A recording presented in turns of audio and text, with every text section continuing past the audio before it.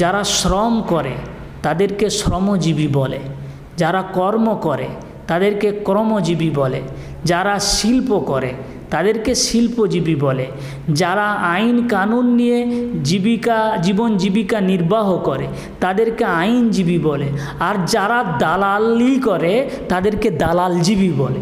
বর্তমান যারা কামরুজ্জামান সাহেবের বিরুদ্ধে বা ব্রিগেড সভার বিরুদ্ধে কথা বলছে তারা কোনো না কোনো রাজনৈতিক দলের দালাল। বিষয়ে শুনেন, ব্রিগেডের যে বিষয়টা, এই বিষয়টা সূর্যের আলো দিনের আলোর মতো পরিষ্কার।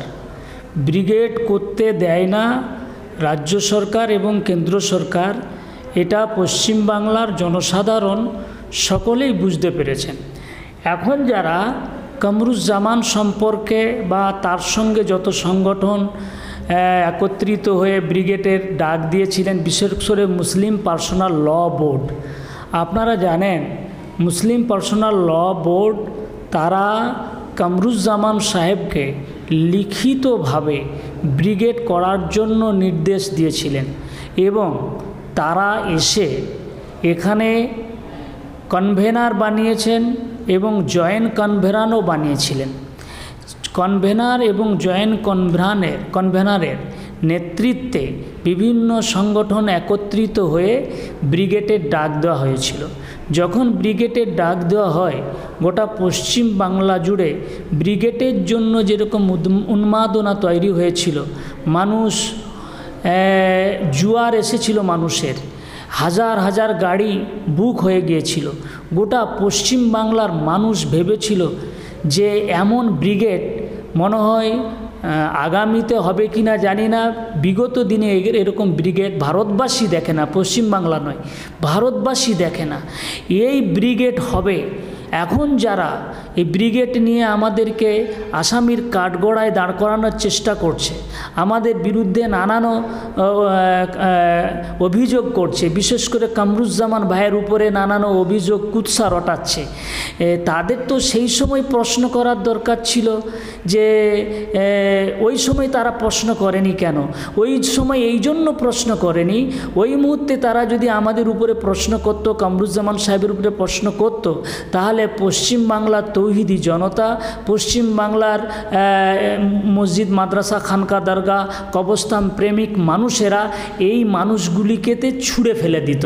এইবার আপনাকে বলি, ব্রিগেডের যে বিষয়টা এখন যারা আমাদের উপরে বা কামরুজ্জামান সাহেবের উপরে নানান ধরনের অভিযোগ করছে, অ্যাকচুয়ালি আপনাকে একটা কথা বলি, ওই সময়টা এই জন্য করে না, মুসলিম সমাজ ছুঁড়ে ফেলে দিত, ওই জন্য ব্রিগেডের সবার সময় ওই কথাটা বলে না। আজকে এই জন্য বলছে, আজকে তো এই কথা ইনাদের যারা ব্রিগেড করতে দেয় না তাদের বিরুদ্ধে কথা বলার উচিত ছিল। এখন তো ব্রিগেডটা ছিল ঐক্যের বিষয়, ব্রিগেডটা ছিল ঐক্যের বার্তা পৌঁছে দেওয়ার একটা বিষয় ছিল।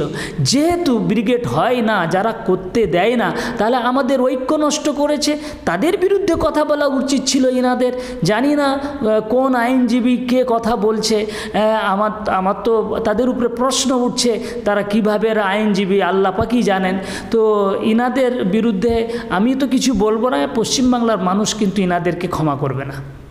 বিশেষ অল ইন্ডিয়া তৌহিদি জনতার পক্ষ থেকে আমি বলবো, ভারতবর্ষের যারা সুরক্ষা বলের মধ্যে আছেন, সে